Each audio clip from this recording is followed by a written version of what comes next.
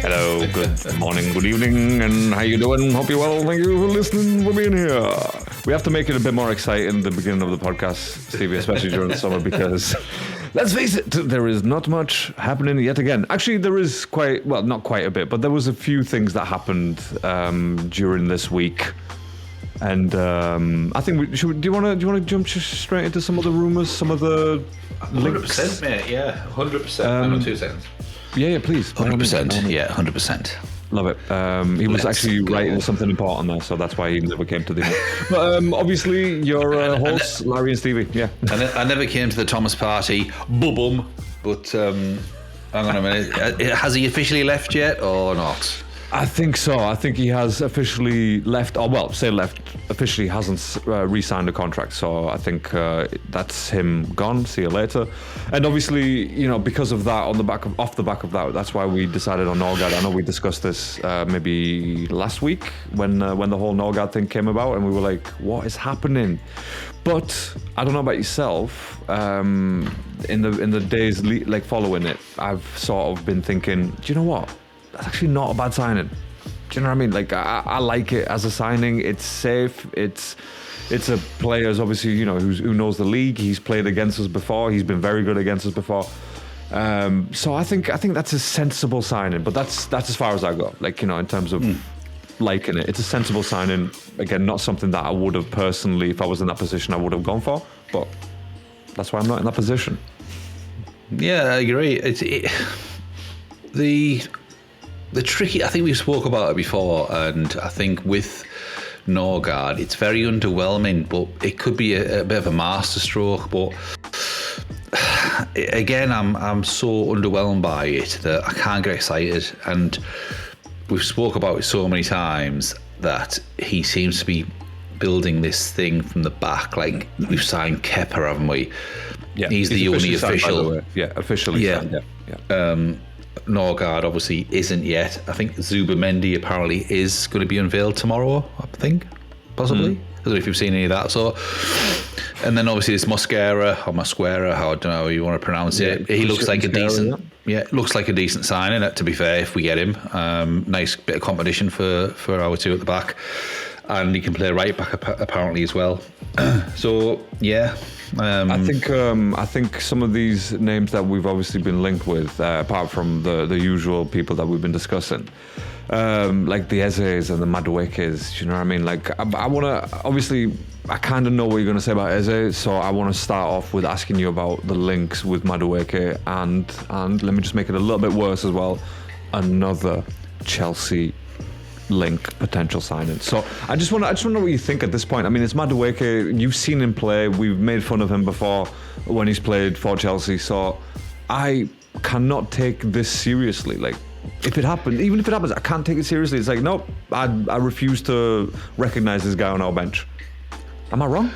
No. Well, do you know, my first opinion, right? Now, every time I've watched him play, I thought he's half decent, right? And that's my honest opinion. It's the same with Havertz, though. That. When I first saw Havertz play for Chelsea, I was like, fuck, he looks pretty good in, but for us, he's fucking balk. But my first impressions of that said player, initially, when you think about it, he's got a shit name to start with. Nonce.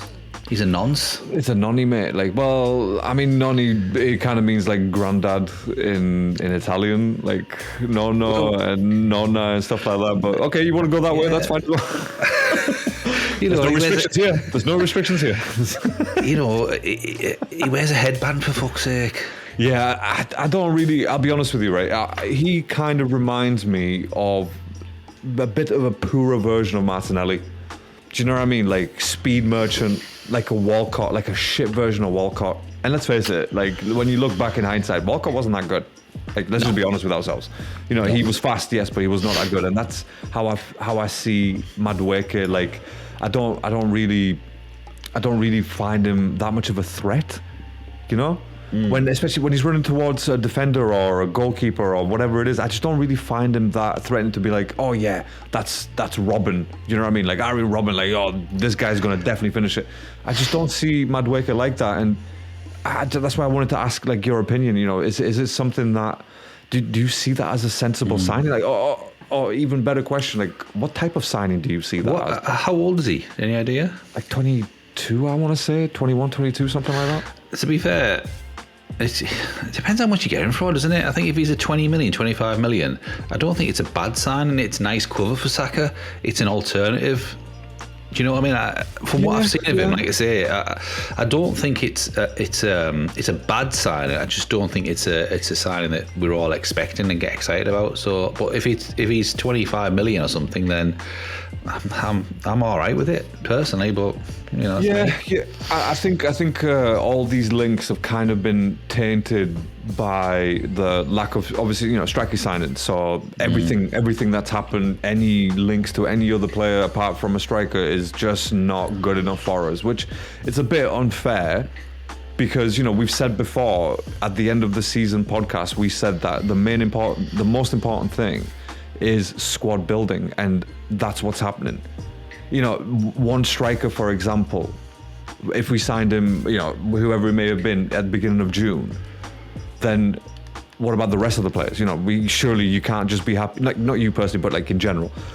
People can't just be happy with one striker signing and thinking that's it now, squad's done. Do you know what I mean? Obviously, I don't like the way that Arsenal have gone the sort of long way around it. Signed the squad players, signed this, got rid of players, and then the striker is like, whoa, wait, hang on a minute. Did we not discuss that Liverpool was sniffing around, or a Chelsea and a Man United sniff around, or a Man City or something? So again, that's what worries me. But it's a bit unfair, obviously, to be like, oh, you know, why have we signed Norgard or why we got Kepa? We needed those players. That's you know.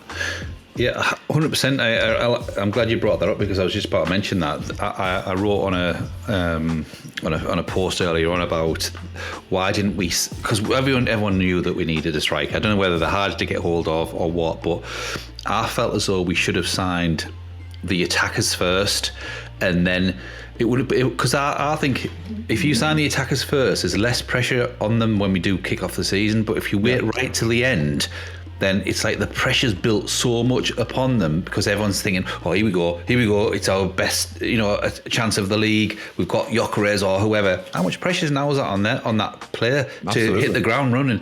If you got him at the start of the season and then towards the end, then you added the Norgards and the Kepas and stuff, there's less pressure on you strikers. But if he goes and gets the defenders first and then goes, right, I want Gyökeres, Eze or Rodrigo, and that's on the last couple of days of the transfer window, then how much pressure? I just think it's wrong. If you'd got them to the start, everyone would have been up, everyone would have been excited, everyone would have felt, you know, on a high, you know, buzzing, you know, we're into the season now, we're going to smash it. But now it's like everyone's deflated, so it's the negativity going to, you know, cross over to the players, because the fans are feeling it, and obviously I know we are. Yeah. I think, like I said, I think since the last podcast that we did, I've you know, taken a step back and just looking at the situation at Arsenal. And apart from, you know, the main and important striker signing, I just feel like it's been okay in what they have brought in. And I say okay because, again, I will reiterate that it is about the squad, and, you know, the amount of injuries that we had and the lack of players to replace those injured players last season was very worrying. So I definitely understand what they're doing. We haven't brought anyone in though, apart from Kepa. Well, Kepa Norgard he's almost signed. Almost. Okay, that's fair. And that is using my words against me, to be fair, because I did say unless I see them with an Arsenal shirt, like, you know, like we sold Kepa. That's fair. That's a fair point. Okay, under the assumption that Kepa the Kepa, under the assumption that the, you know, like the Norgard and, you know, Zubimendi, because again, haven't seen him with a shirt. No. If these two are definitely brought in, you know, we're at 95%, 96%. If these two are 100% brought in, then I understand why they've done it that way. But at the same time, you know, as a fan and as a person who speaks about Arsenal and how they perform, for them to neglect, almost, well, it seems like they're neglecting the striker signing, which I don't think that's what's happening, but it definitely looks that way. They've just sort of put it on the back burner. That is obviously, that is where the problem lies, and yeah, that's where negativity will start from, really. And I don't think that will seep into the players, because I kind of feel like they obviously they know what's going on internally. They potentially know that they're going to sign Sesko, for example. They already like, okay, we know he's going to come at the end of July. Again, I don't know if that's true or not, but I feel like the players have that, that internal meetings and them discussions. I'd like to have this player, whatever it is. So, but for the fans, yeah, we don't know that. So yeah, we always work off speculation and from experience and history, and all of those things have shafted us well and truly. So I get it, but I'm trying to be a bit more positive than I would normally be. Because right now I'm trying to hold myself together and not be like, why the fuck are we just starting a striker? Where the fuck is it? No, God, 31-year-old. What the fuck? Do you know what I mean? I don't want to do that. I don't want to be that guy today, okay? I'm trying to be a bit more positive. But yeah, I can't sit here and be like, oh, have some faith or like be patient. I can't do it, because I know what usually happens at the end of these things with Arsenal. So... But yeah, I just wanted to know, like, in terms of the Madueke thing, is it something that, again, goes towards squad building, and that's it? Is it just all smoke screens? It potentially is, just to throw everyone off the scent, and absolutely. We'll sign Rodgers or Rodrigo or whoever. I just don't want all these names bandied about, and then come the end of the season, we've signed one. Watkins, as good as he could potentially be, it wouldn't sit with the fans because we should have bought him in January. So I hope it's just not like rumours to get everyone excited like we did in January, like we did last summer, because I think the fans won't accept it. I certainly won't. That'll be me done if we don't sign significant improvements. I mean, Timber's come out and said it's going to be a busy summer. Well, I mean, yeah, it hasn't started off very busy, has it? It's like everyone's literally still on the holidays, but sorry, quickly, aren't we only one of 4 teams that haven't signed anyone yet, barring obviously now Kepa? I think there was something like 4 teams. I haven't seen anyone else sign anyone, but there we go. We broke them all. Do we sign Kepa? The Kepa. Yes, the Kepa. As a decent backup keeper, and yeah, I hope he does push Raya. But it's like, what the fuck are the club playing at? Everyone's thinking, right, we've been lacking a striker for God knows how long. Yet he goes and buys a keeper. We've been lacking goalkeeper as well for a while, Like, but let's look, not underestimate. I found out this little stat here. We've signed 7 keepers and 6 forwards in Arteta's reign. 7 fucking keepers. What the fuck? Who are the 7 keepers? Oh, yeah, the Runnelsons, the Karl Heinz, David Raya, Ramsdale, Neto. Who are the other 2? Can't remember. But again, okay. 7 keepers and 6 forwards. So what does that tell you? From that group of keepers, though, realistically, who has been who's played the most out of those? Because they weren't stable keepers when Arteta took over. These guys, the Heinz and the Runnelsons, they were not even playing for us. So I don't. Yes, I understand that they've signed 7, physically signed 7 keepers over Arteta's reign. But as far as I'm concerned, I only remember 2, and that's Ramsdale and Raya. You know what I mean? I know. Obviously, that's not the case, because reality will show that there's been other players there. But for me personally, the way I rate the players and value the players is like, well, I need to see you play, and Ramsdale and Raya were the only ones. Yeah, you're right. They are the only 2, but I just don't get how he signed 7. Surely a keeper's not that hard to find. If you want a keeper, you go out and buy one of a really £30 million keeper, like what Chelsea did, what Liverpool did, what City do. Go and sign this. Don't buy kids. No, but go and buy it, right? True, go and buy a proper keeper. Look at Sanchez though, that Chelsea bought. 30. Yeah, he's shite. He's garbage.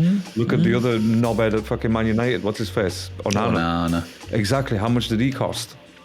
So again, I'm just saying, yes, you can spend the money on the keeper, but it looks bad, doesn't it? It looks bad. You've signed 7 keepers. Yeah, I agree. And again, that's why I said what I said. For me, it's only 2 keepers as far as I'm concerned, because they're the only 2 I've seen. But yeah, it's like, you should have invested in those 7, in the 7 keepers that you bought over this time period, surely you could have substituted 3 of those with forward players. And not waste time in January, or actually make a move in January so we can sign someone. But yeah, so with the keeper, Kepa in. I can't even take it seriously anymore now, honestly. We've said it that many times. I can't even say his name. Kepa the Kipper. Kepa the Kipper, for God's sake. I like it. Decent signing, not very much money. He can do a job for us, I think, better than what Neto or Brunnerson or whoever it is, sat on the bench. So Setford, Tommy Setford, that's the other guy, by the way, the other young lad. So I think that kind of brings an end to the Arteta reign of buying keepers, because now we've got our main keeper Raya, we've got the backup in Kepa, and then we've got that Tommy Setford as well, the younger person who can potentially be someone. So I'm happy with that now. I can move away from that. I can sleep happy knowing that we've actually done that. And this is something that I did say at the end of the season pod. I said that we definitely need a keeper. But for it to be Kepa, I never ever would have thought that. By the way, probably the last player on my mind that I would have thought Arteta would have signed. But yeah, so obviously that's sorted now. Another player as far as sort of Madueke levels, not skill levels, but wingers and forwards wise, position wise. Eze. Yeah. What are we saying? What were we thinking about that? Obviously. I know what you're gonna say. I know that, but no, I think when the name Eze gets mentioned, it's kind of a exotic name, isn't it? Yeah. He played for us before, and yes, he's set the world alight this season and potentially last season, and he has got great skill. Don't get me wrong, he scores wonder goals. Is he suited for Arsenal's style of play? I don't know, and that's my concern, and that's what probably is the dilemma, because Tottenham will just go and buy him if we don't. He's not going to. I know, he's waiting for us. On the right mind, yeah, he's not going to Tottenham. He's waiting. So I'm the same. If I was in Mikel Arteta's shoes and Berta's shoes, I'd be thinking, is he going to suit our style of play, or should we just get him anyway because it's a plan B, or is he dynamic enough to change games? I don't know. I'm 50-50 personally. As much as I think, he's a great player, great for Palace, but is he a star in a shit team? And if he comes to a bigger team, will he not shine as much? I don't know. I think with Eze, you're saying that he doesn't fit our style of play, but couldn't that also work in our favour? Where he doesn't fit the style of play because we're too rigid, but then someone like that comes in and he makes it more dynamic, a bit more fluid. Go on. You're absolutely right. That would be a perfect scenario. However, you know what old Lego head does to certain players that have got flair. Yeah. So this is the worry. Well, not the worry, but this is the concern. Really, it's because there's good players out there that could do a very good job in any of the positions that we look at.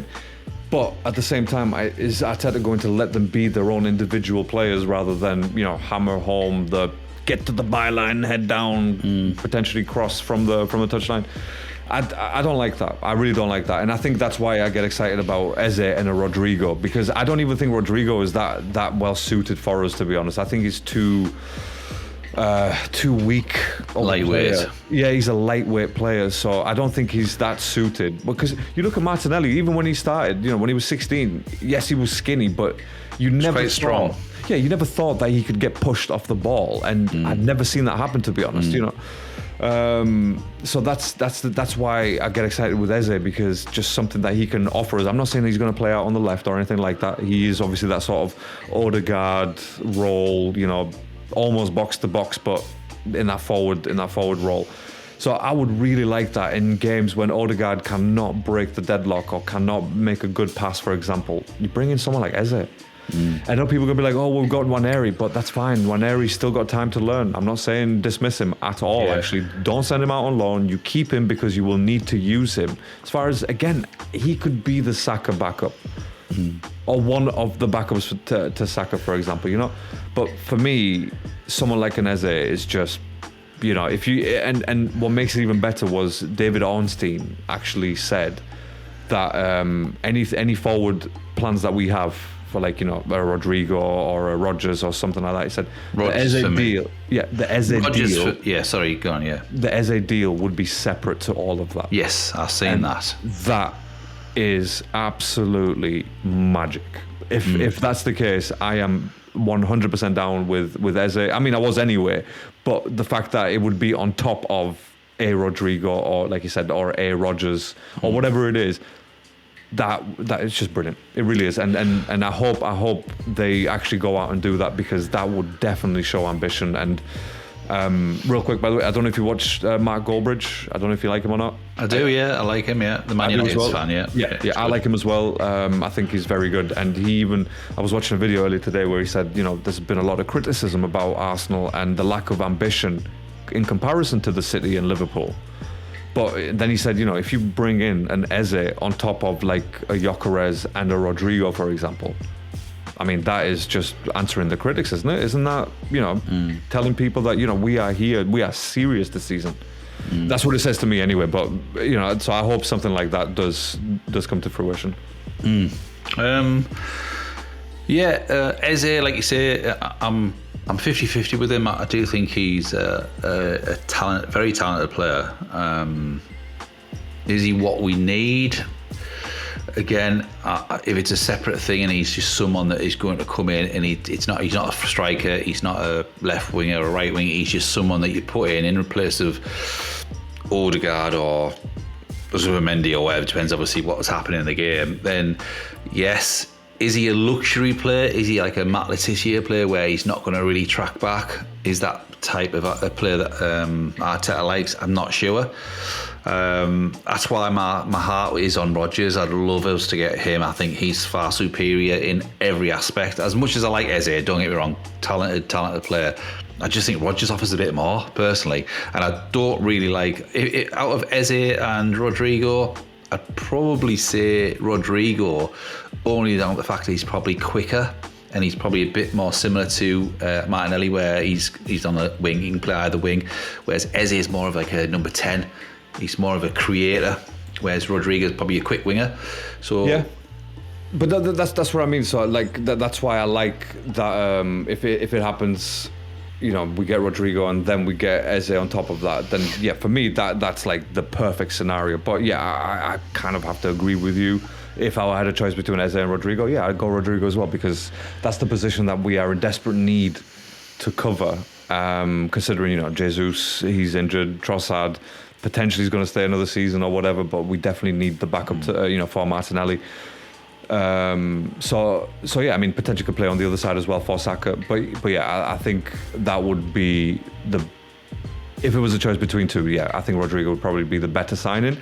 It may take a bit of time for him to bed in and, you know, sort of get used to the league in comparison to Eze, but it could be worth it. It could totally be worth it, because he'll be stepping out of the shadow of you know, of Mbappe and whoever it is at Real Madrid, like Vinicius, for example.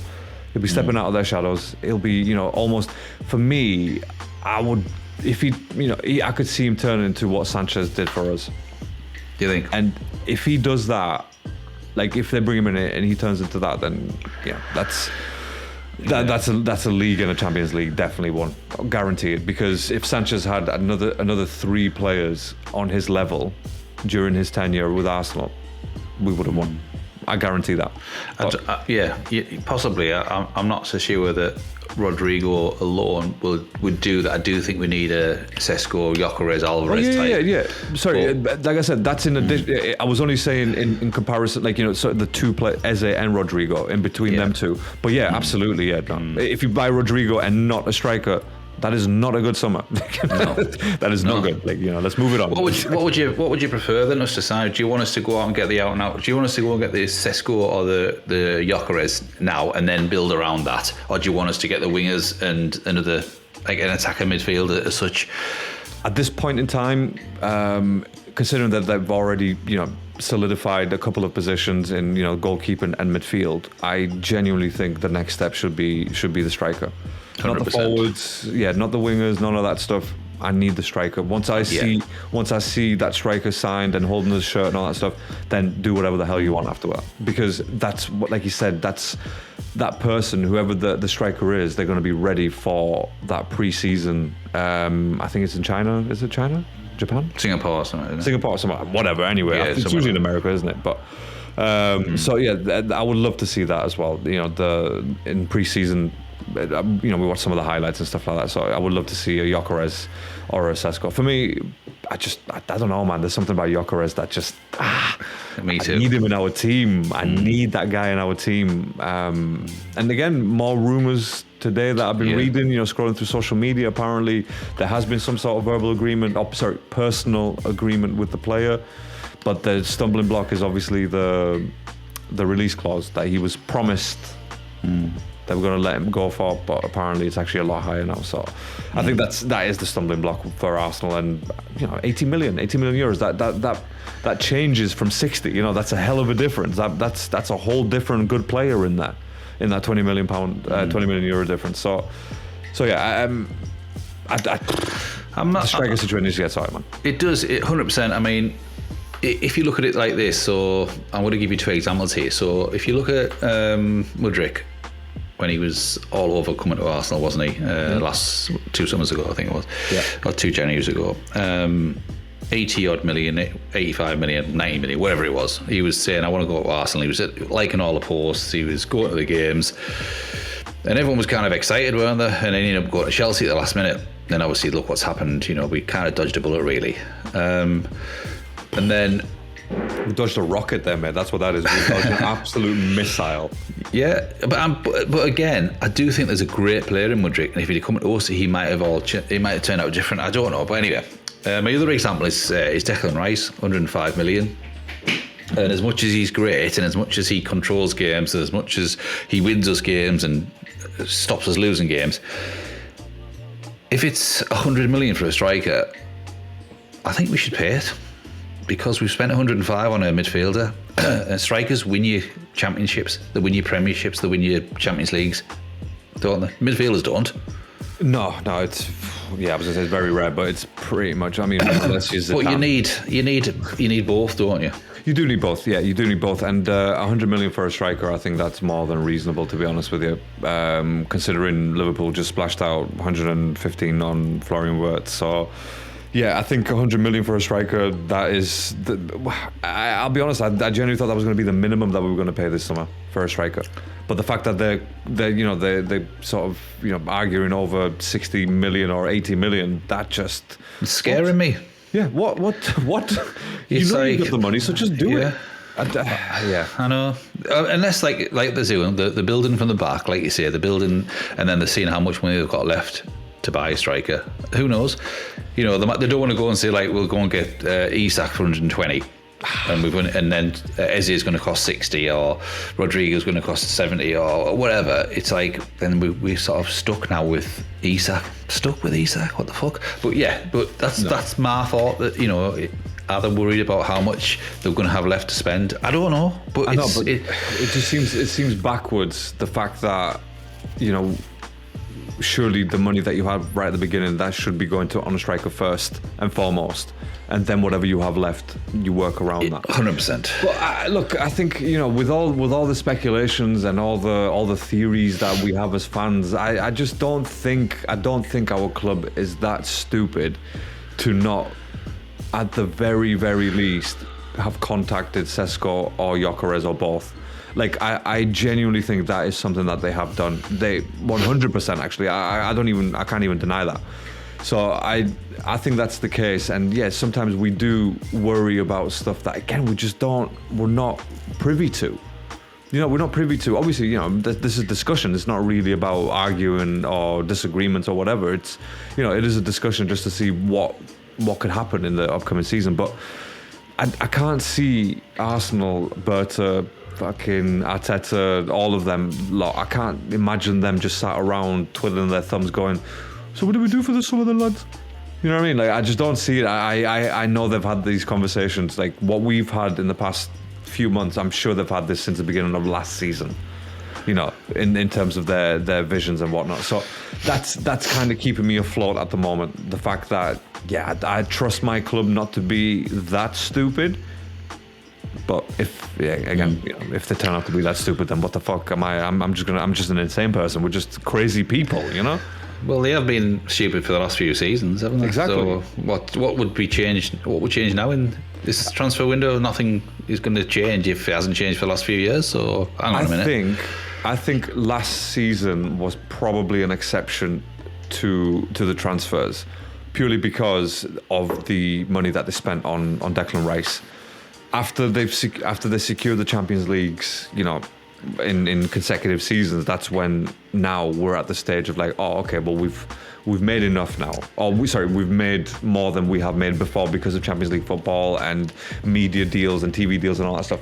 So I think we'll have a bit more, or a lot more, to spend this summer than we've done in last January and last summer. The one that I will never ever forgive is January 2 seasons ago, when we were ahead in the league and then City just beat us to it right at the end. That I will never ever forget, and I will never forgive Arteta and the board for not buying players in January. That's for me. Last season, everything that we've already talked about, the injuries, the officiating, all that stuff, that led to what we led, and still we were second. After even a poor season, let's face it, it wasn't. It was an average season. Let's just be honest, and we still ended second. So it's we've had promising signs and all that stuff. So that's why, like I said, I've changed my mind in terms of I don't want to be that negative anymore because of these reasons. Oh God, I'm not is that living? That's more in hope, isn't it, than anything? Because I think the longer it's going on, you start to think yourself, surely it's going to happen now. The weeks pass by, we're getting a couple of weeks away from the pre-season. You think, surely they must have something ready to go over the line. And then you start thinking to yourself, what if they haven't? What if they haven't? Yeah. Do you know what I mean? And I can't take any more. I seriously can't. I don't know about you. I look every day. I look on every social media site. I look on the news. Everything. On Sky Sports. Any little snippet, and I'm sick of it. It's just a recycling of the same old. Arsenal have now narrowed it down. Arsenal are talking to so and so. They've agreed a 5-year deal with so and so. And you think, well, I'm sick of it. It's because there's nothing ever concrete, is it? It's like apparently we've agreed a 5-year deal with Gyökeres, haven't we? This is the talk, the rumour. Yeah, but that's what they're saying. But again, there's nothing to give me hope of that. Yeah, so. And then you hear, and now Liverpool are in for him, and then Chelsea are in for him, and Man United are back in for him, and then it's Arsenal in for Ekitike, or whatever he's called, and then Ekitike, yeah, which are all probably great signings if they came, but are they sat there thinking like us? Should we go for Alvarez? Should we go for Isak? Should we go for Sesko? Should we go for Gyökeres? Are they just undecided, or do they actually know what they want? Yeah. I think. Well, look, the thing is, it's never been a member of the club coming out and saying, oh, we like this player, or we're in for this player. It's never been that. It's always been, but that's what I'm saying. So it's always been, at the end of the day, like realistically, it's always been fan speculation. Like that's what it's been.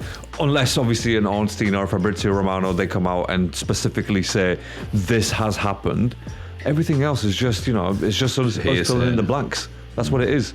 But it's just a situation that they really need to get sorted, and especially now that the pre-season is about to start, they cannot waste any matches during pre-season on waiting for players or not having the correct players where they need to be. So What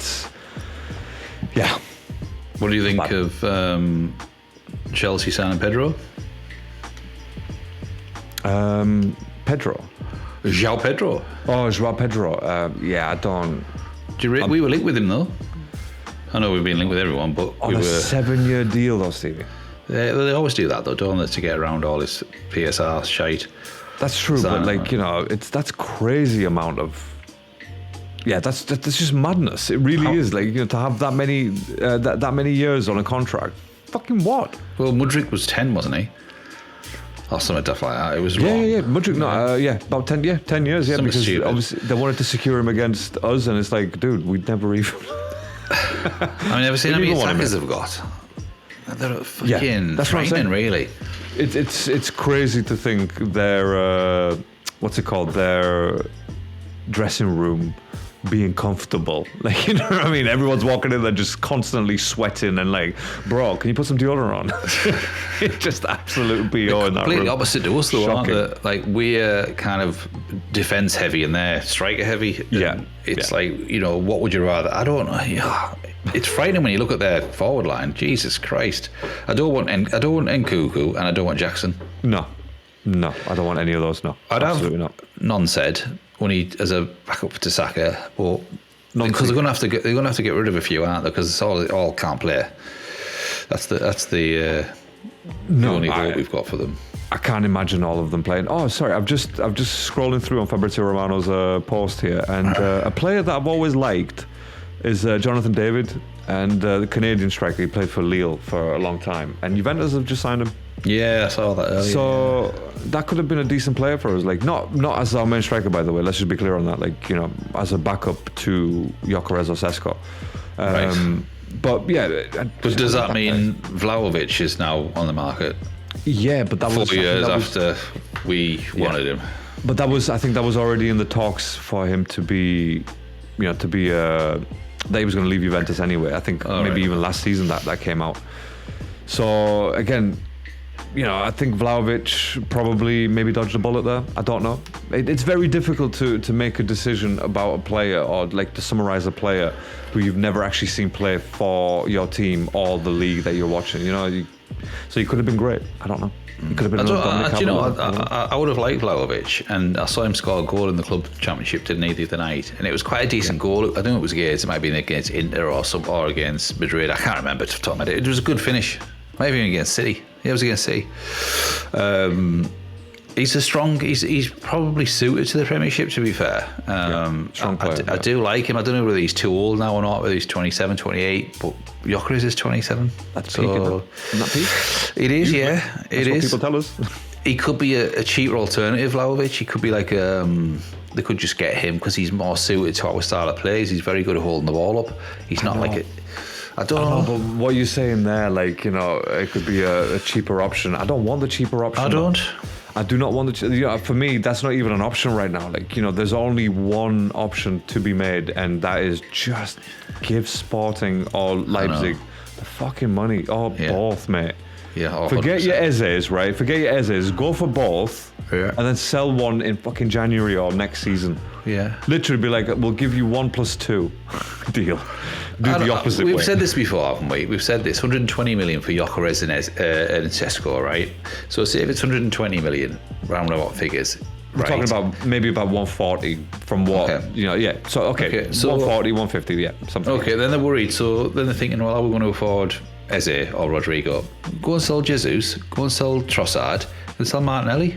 I'm sure that'll help towards it. I don't know how much you'll get for them, but it'll help. But you're getting Gyökeres and Sesko, and then you might potentially get Eze, Rodgers, but you're then freeing up some space because they all can't play. But we just need freshening up, doesn't it? It does. Jesus and Trossard, to me, and probably see the better days. I don't know. I don't know about selling Martinelli, to be honest with you. Because Trossard and Jesus, I would sell. That I definitely agree with. Yeah. I think so. I think that would be a very good one. I mean, did Fabio Vieira, did we sell him yet? There's talk of it because he's come back, hasn't he? I think that I saw something that there's talk about him going, but I don't know where. But yeah, we need to sell him.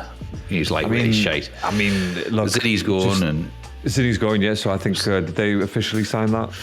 Milan. I don't think it's gone yet officially. No, yeah, I don't think anything's official nowadays. You know what I mean? Is Arteta's hair real? I don't know if it's official. Yeah, with these guys, well, they know what needs to be done now. We've covered pretty much the whole squad in terms of, you know, who can stay and who can go. But yeah, I feel like if they need the extra sort of, you know, surplus, if you will, yeah, get rid of Trossard, get rid of Jesus, Tomiyasu. You're not going to get much for them, but get rid of them. If you're not going to use them, get rid of them. 100%. But yeah, in terms of getting rid of selling Martinelli, I just don't think that's a good thing for them to do, for Arsenal to do, because again, then we go from adding players to replacing players, and we definitely don't want to be in the latter one. You know, we do not want to be replacing players. We want to add to the core group that we already have. Yeah, 100%. So yeah, I think with the with the Sesko and Gyökeres dual signing, yeah, just pipe dreams. Obviously, we know that, but at the same time, it's not that far fetched. It is not that far fetched. Even if both of them were like 100 million each, it's not that far fetched that they could just put all their resources into those two players. I'm glad that they're not, by the way, because obviously, we can get the rest of the squad. But again, very feasible. We're not talking like 180 or 200 million like Neymar or Mbappe or Bellingham or whatever. We're talking normal pricing for a striker. So, and the pricing that I thought we were going to pay anyway. But now we're talking about 80 million and still not paying it. It's like, what? Yeah. I know. It is worrying, and we crack on till hopefully some news next week. But hey ho, we I don't have much hope, to be honest with you, that by next week it's going to happen. I just think it's going to happen once we get closer to the season. I think that's when the real signings are going to come in. I think if Rodrigo is going to come, it'll be after they get eliminated or if they win the club championship. I don't think anything will be done before that, which is wrong. I don't think we should put all our eggs in one basket. I know they're not doing that, but it just seems like they're just floating names around. They're like balancing all these players, and they're probably speaking to one agent, speaking to their agent, speaking to them, and getting a feel for it. We all know that that's roughly what's going on. It just seems to be that they should have known by now what the fuck who the main targets were. They should have known. Yeah. And that's just worries me. I don't know. That's what I mean, though, Stevie. I think they already know who the main target is, and maybe there is something that they've already discussed with that said target. That again, we just don't know. So that's why we're just going around in circles and just driving ourselves crazy. Like surely they've had this conversation. Surely, right? Surely have they? They're not stupid. I don't know. Are they crazy? I don't know. But yeah. But that's what they make you do. That's what they make you do. Just going around in circles in your own brain, just wondering what the fuck are they doing. Just sat around like you just want to pop your head into the office and be like, oh, you guys are here. Okay, that's good. So you're all sat down. All right, nice one. Just wanted to make sure. Yeah, I know. Maybe holidays. I don't know. But yeah, it's not just us fans though. It's actually celebrities. It's actually ex-footballers are thinking exactly like us. So something's not right. Yeah. Or some things they're not doing anything right. They're not negotiating right, or something isn't right.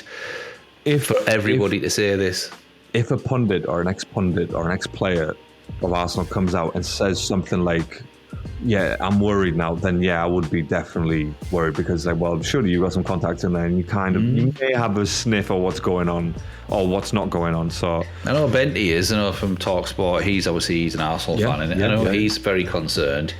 And I know obviously there's a couple of ex-players that come on and they sort of vent their frustration on our behalf, and they think to yourself, why should they be bothered? But it's kind of understanding now. It seems as though it's like a disease spreading throughout the fan base. So that's why I'm thinking the pressure is going to build up so much. That's why we should have done it sooner, rather than wait till right at the very end when the pressure, because it'll be, Arsenal's finally signed a striker, and that pressure is going to be so intense.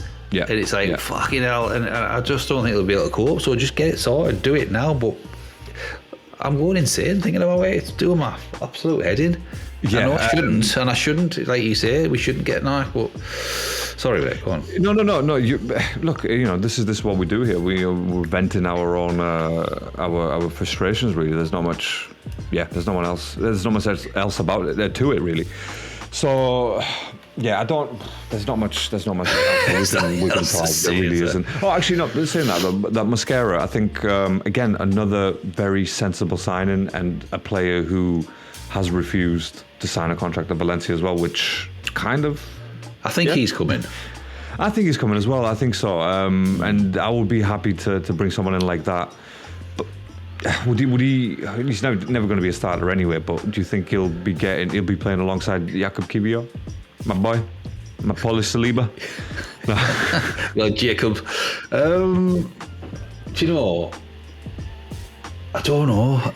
I'd like to think he looks like a proper defender, doesn't he? He looks like he could displace like Saliba or Gabriel. He looks like he could be the proper thing. Whether he will become that, or whether they'll rotate, but you never rotate your defenders, do you? You've got to keep your best team constantly and only replace them if there's an injury. So maybe he's just going to be used for the Carabao and the FA and maybe the odd Champions League. I don't know how good he's going to be. Is he too young? Is he experienced enough? He might be fantastic. Yeah. Absolutely. No, absolutely. But yeah, I think with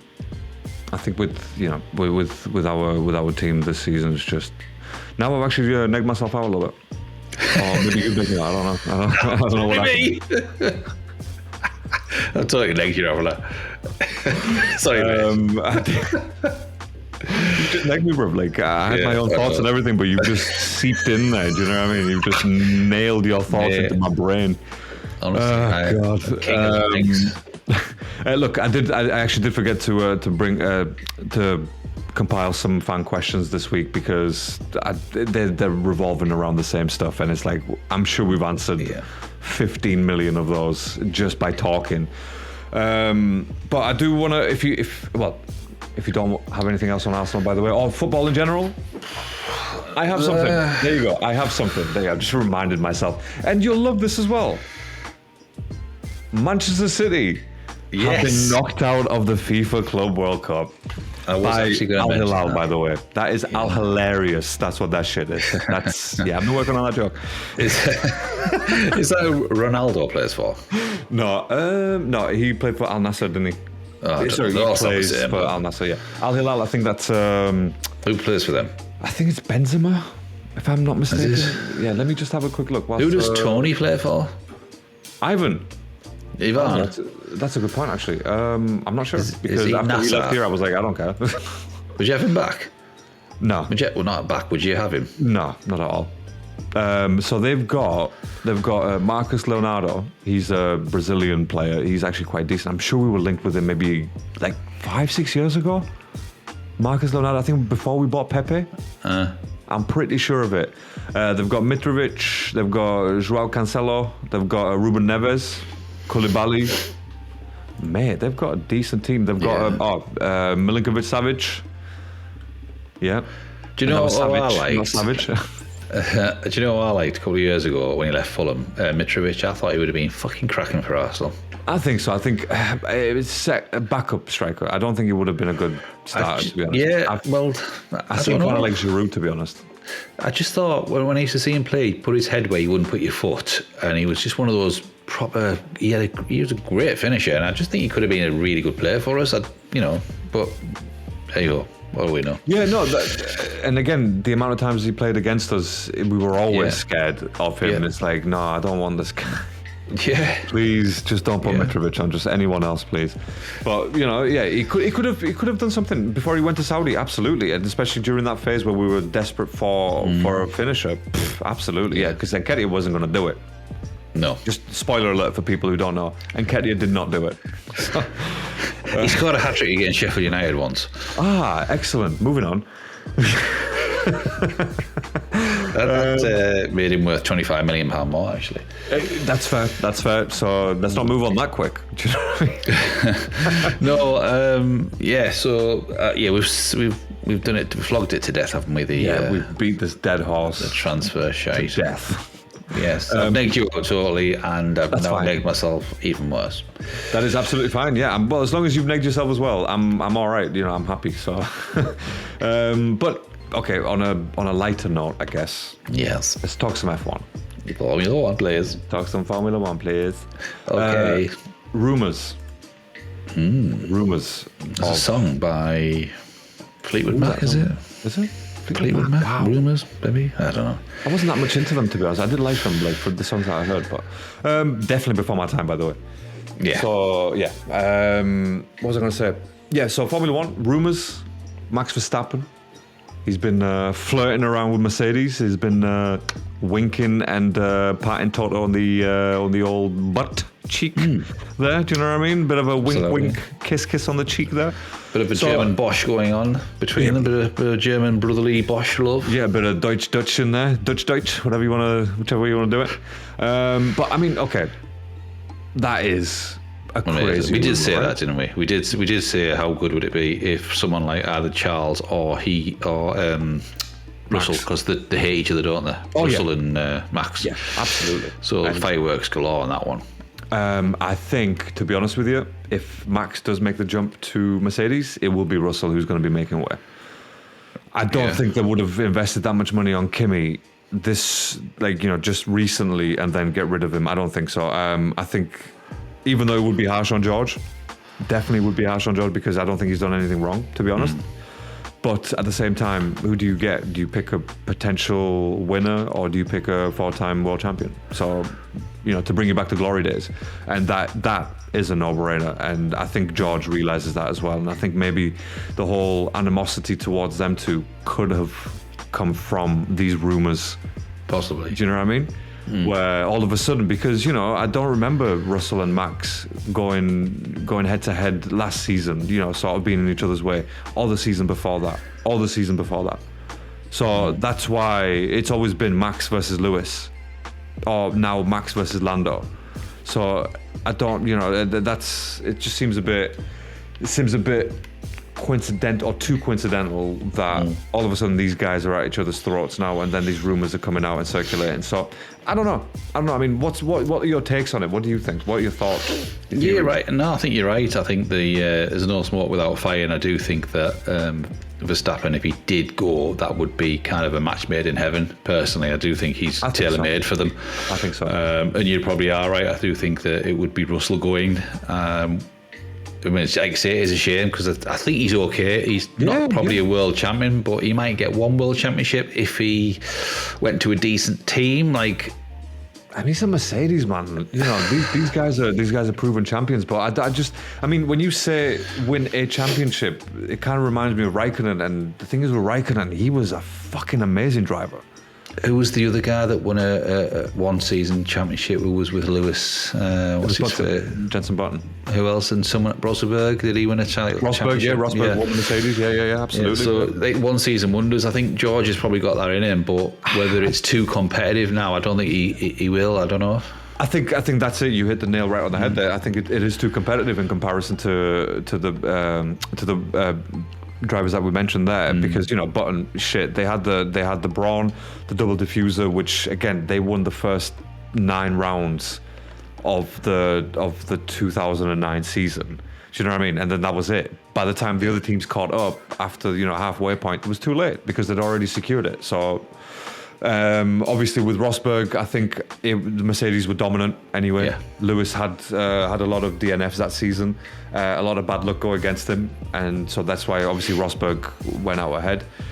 And with Raikkonen, Ferrari, just now and again they'll pop up randomly, and then you won't ever expect it. It's like, oh shit, Ferrari, wow, they can win. Okay, that's good.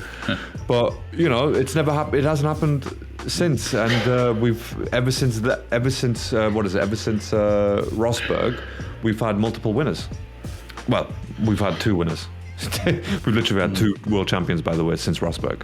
Yeah, Max and Lewis. How crazy is that? Yeah, mental, in almost 10 years, we've had only 2. It's a bit like Liverpool and City.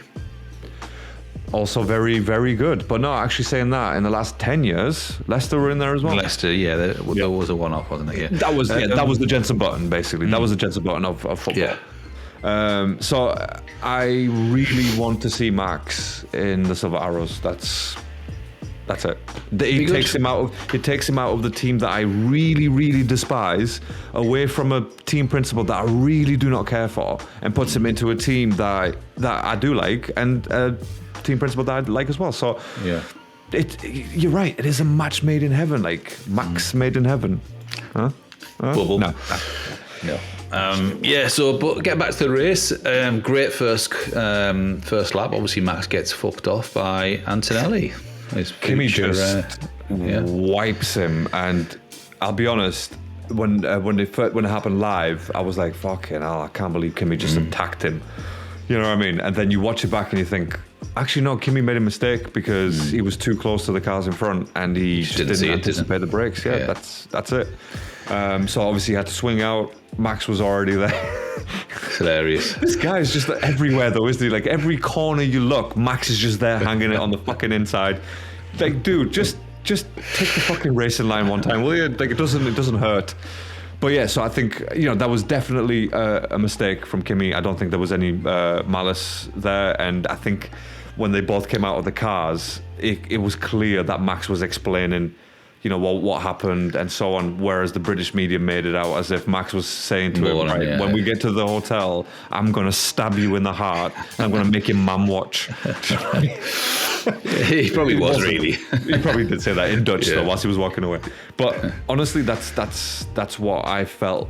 Oh, that's what it seemed like from body language. I don't think anything bad happened there. I just think it was Kimi was like, I'm sorry, it was a mistake. And Max realised that obviously Kimi just came in too fast. He came in too hot. I think if he was winning the race and it was lap 50 or something, then he would have been fucking fuming. But first lap, that's one of them things. I was in 7th or something, wasn't he? Yeah. So it wasn't exactly competing, even though I think he would have had a very good chance to be up there.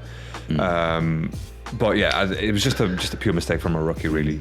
But it was nothing else to it. But as a spectacle, the first sort of 10, 15 laps were fantastic. I thought they were brilliant. I mean, that start, by the way, I think both McLarens would just wrap it off the line, and I think. Saying that though, I thought Leclerc had a better start than Norris, but because he squeezed himself down Norris's inside line, Piastri took him out. So obviously took over sort of thing. And this is what I don't like about Charles. It's like I just don't think your racecraft is that ballsy. Max will be like, oh, that's grass, is it?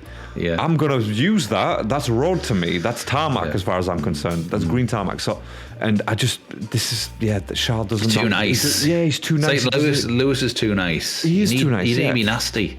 Yeah, he needs to find his nasty side. But even then, when he was winning with Mercedes, I didn't even see him that nasty. To be honest, he wasn't, was he? He just had the best car. Yeah, he had the best car, and the rest didn't. That was the end of story. Whereas now, where he's literally competing, he's coming out 6th, 7th. That's been his average position since so far this season. But yeah, I think with Leclerc, definitely a mistake. And as soon as the lights went out, and away they go, according to Crofty, right? I was like, oh my God, Leclerc, what a great start. And then he just sort of stuck himself behind. And I'm thinking, you should have probably defended Oscar, because Lando was always going to be there anyway, by the first corner. So you should have just defended Oscar, really. Because as soon as Oscar swooped in, that was all she wrote, folks. There's no overtaking for the front, nothing. It was just them two battling against each other. Yeah. Fair dues. It's great. It's great. Yeah. I enjoyed it. And this is what I love about F1. It's like there's no specific team that I hate or I dislike apart from Red Bull. But like with Premier League, when my team plays, I want my team to win, obviously. Whereas in F1, you kind of follow a driver around. Yeah. So, but obviously for me, I as much as I love Ferrari, I don't hate anyone else on the grid apart from Red Bull, obviously. And that's only the car, by the way. The drivers are all right. Yuki, he's got his own fucking problems. He doesn't need my hate on top of that. God, poor lad. But Steve, I was actually reading an interview that Checo did recently in Mexico. And he said that it was clear from the beginning how the Red Bull team is run, basically. Do you know what I mean? He said, as soon as I started, Max had, that side of the garage, didn't specifically say Max's name, but obviously, that side of the garage had all the professional, experienced technicians. And he said, on my side of the garage, I only had what seemed to be rookies. So he said that was a very clear sign of what they were doing at Red Bull. And he even quoted or maybe paraphrased what's his face, Horner, Jesus Christ, paraphrased Horner, where Horner was basically like, if I can run with one car, I would. And it's like, if that's not telling, that I don't know what else is. And it makes sense though, doesn't it? Like, from what we've seen, from what we've actually seen out there. Yeah, it's real. They were talking about it, weren't they? I think they were alluding to the fact that it's built for Max, and which is a mistake, because when he gets not in the points, or when he gets, if he's a DNF or whatever, the rest are just kind of at the back, whoever he's in his team, which is completely shit, really, because you need, like Ferrari, you've got they haven't got a championship winner, but they've got a team, two drivers that can finish in the top six consistently. Yeah. Same which with, I have shown you. Same with obviously McLaren, but obviously they're going for the title. But the only other different one, obviously, we'd probably say is Mercedes, because there's only Russell really who's consistent. Antonelli's a good driver as he is, but he's got that mistake in him. He's obviously because he's young. He's a young player. Yeah. Driver, sorry. I just don't know who's going to take that seat in Benetton in Red Bull. Benetton, wow, that's do you know what? You mentioned Benetton, right? And I'm going to show you right now because that's just weird. I've literally got like t-shirts, United Colours of Benetton t-shirts. And by the way, it is because of watching. I remember watching Schumacher as a child in the Benetton. I think it was 96 season. Yeah, something like that. Or 95? Yeah, it's good. Sorry, no, 95 season. 94. Yeah, good race. I really enjoyed it. And for me personally, I love Austria. Like, there's something about the mountains there and the peacefulness. Obviously, the cars, don't forget about the cars, but just it's so peaceful, and I love the track. I mean, obviously the first 15, 20 laps were great. I think once the pit started, that was a bit shit. I think it went a bit boring for a bit. But I think the scenery and the camera angles, you could just see the sky, because obviously they go over the hills and stuff like that. And I just thought it's such a beautiful scenic place to actually witness it. I mean, it's a short lap, isn't it? I think that's what puts people off, because there's not many overtaking places. I mean, obviously Hamilton did a great job of keeping George behind him, really. Yeah, he did. Because I think if he'd have got in front of him, I don't think Hamilton would have caught him. I think he would have got away. I don't know what it is, and I think he did really well to keep Russell behind him. Otherwise, that would have been curtains for him. But then he tried the undercut as well, didn't he? But he just was pulling away. He was like 17 seconds in the end, I think, wasn't it? Or 20 seconds. Yeah. So he was ahead of Russell. Yeah, he was about 20 something seconds. Yeah, so a long way away. And again, decent race. It was fourth. Sorry. What did you make of the fact that he wanted to stay out, didn't he? And the team said no, come in. I think they should have gone with the longest stint on the initial tyres that they had, which I think was the mediums. They should have gone longer. I think he was just wanting to do a one-stopper because he would have finished third, wouldn't he? Would have been my prediction would have come true. Because Leclerc said the same thing to his team principal, to his race engineer as well, to Brian. He said, "Why didn't you leave me out?" And I think that probably would have been the better option, to be honest, because Ferraris had pace. They weren't lacking, but when you compare it to McLaren, they are the fastest car on the grid right now. So I can't really be mad that they didn't, go for 1-2, but. To end, one podium and then fourth, very good point haul. Like, obviously I want them to win, that's standard, but it's been clear from the beginning and even from the end of last season that the McLarens were going to be the team to beat this season, and either Lando or Oscar, they're going to be the drivers to beat the season. So, and honestly, I think it's just a competition between them two now, between Lando and Oscar. I don't think anyone else is getting up there. Even with Max, fortunately that race, in Austria was a bit poor. But even the races before that, he hasn't actually been, his full self, and it's obviously affecting now. What's it called? It's affecting the team, because he's not scoring points. Tsunoda's not scoring points. And all of a sudden, this great juggernaut of Red Bull racing, they become closer to fucking Kick Sauber. But not even in this race, by the way, because they actually ended up in 8th and 9th. Yeah, Bortoletto and Hulkenberg. Yeah, they were good. I think loved it. Absolutely loved it. They're the green team out of the way. I was watching. I don't know who it was trying to overtake them, but they couldn't get near them. They took them real. It was Ocon. Was it Piastri? It was Ocon. Oh, you mean? Oh, sorry. Yeah, when Piastri was trying to overtake them. Yeah. I know he was probably thinking, I've only got a couple of laps to go, but he wasn't getting as close as what I thought. And I thought, they want to watch in the future, because they obviously got good straight line speed, haven't they? I think they do, yeah. And Bortoletto, he did well in qualifying. Fifth, wasn't it? In Q3, fifth in Something Q3. Like that, yeah. Sorry, to get into Q3, because obviously he started off. What was it, 10th, I think, or 9th? I don't know. Sorry, he started 8th. Someone else who was 6th. So ended up 6th. Liam Lawson. That's good. That's good. That for him. No, not ended up good. Not ended up. Who was 6th on the starting grid? Let me have a look. 2 seconds. Let me just get the qualifier. It was someone's best for the season, because I know Verstappen was 7th, wasn't he? Verstappen was 7th. Yeah, he was 7th. Let me just get the bloody qualifying up. Where the hell is the qualifying? Oh my god! Why does this suck ass? Right, there we go. Okay. 2 seconds, because your face is just hovering on my... My eyes are piercing your brain. My website right now. Right, okay, so... Qualifying. There we go. Results. Not lap by lap. We don't need that shit because who cares? Report results. You know, you'd think they make it easier, but they haven't made it easier at all. They've actually made it more difficult for me, Stevie. So please bear me a second. Please stand by. I'll be able to find it really quick. Got it. Qualifying. So we had Norris, Leclerc, Oscar, Lewis, George, Liam. So he qualified 6th and ended 6th as well. So yeah, I knew it was someone really, really like unusual to get in the top 6 in the qualifying. Yeah. So I'm out qualified Max. I know Max had an issue on the last lap, but still pretty good. For absolutely. Liam. Last thing I want to say, by the way, on the race was I felt a bit sorry for Carlos Sainz. Who obviously just didn't even start, and that was a bit of a shame. I don't know about you Sainz. When you're watching it, I always sort of set myself a little time. I like to go in 10 minutes before and watch it and watch them, all of the techies and that round, and the tyres warmers off. And then to be delayed by another 10 minutes, it kind of really fucks me off. Because I get all ready with my tea, my biscuits, and by the time it starts, it's already gone. It's done. It's finished. I know that feeling. But yeah, Stevie, do we have anything else that you want to add?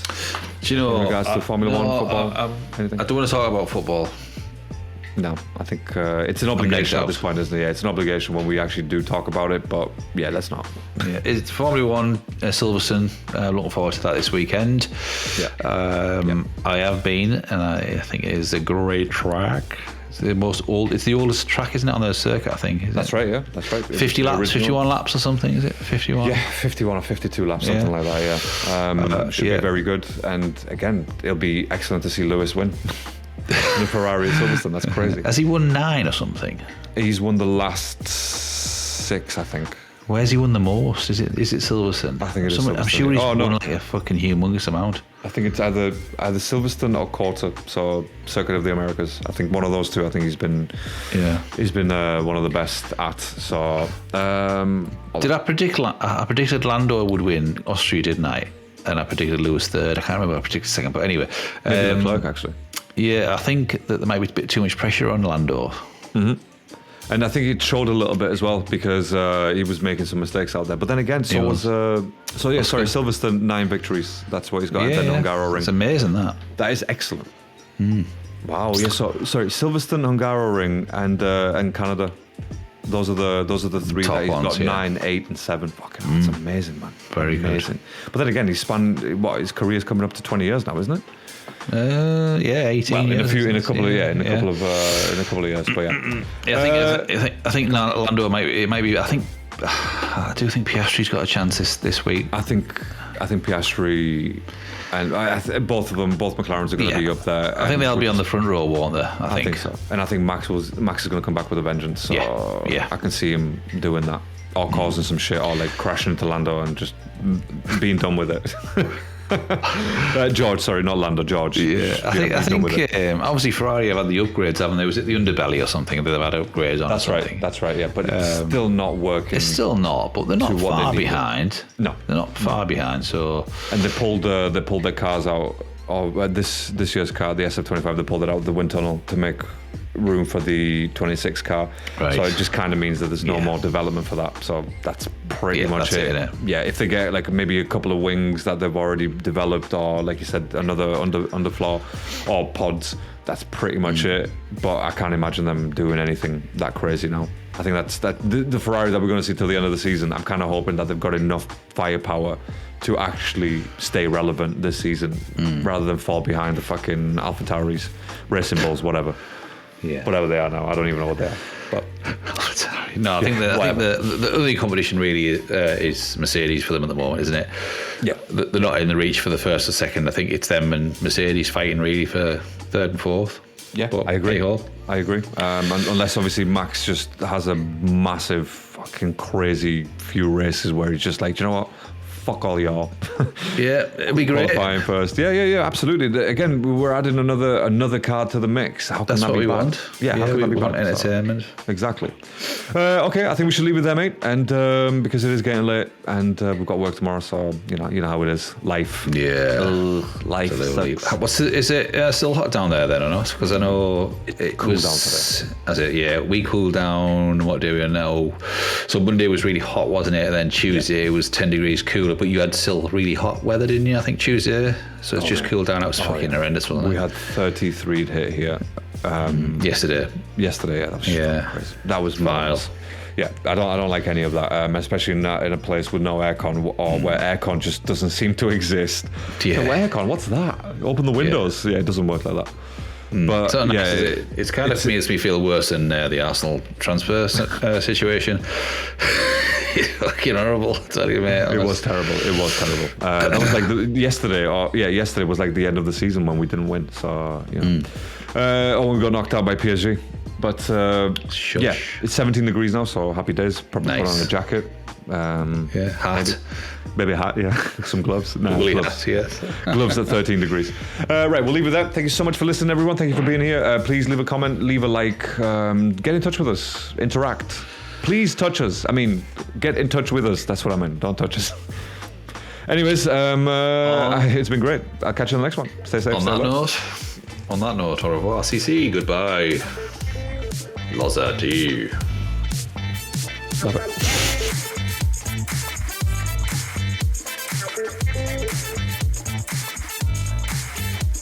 Yep.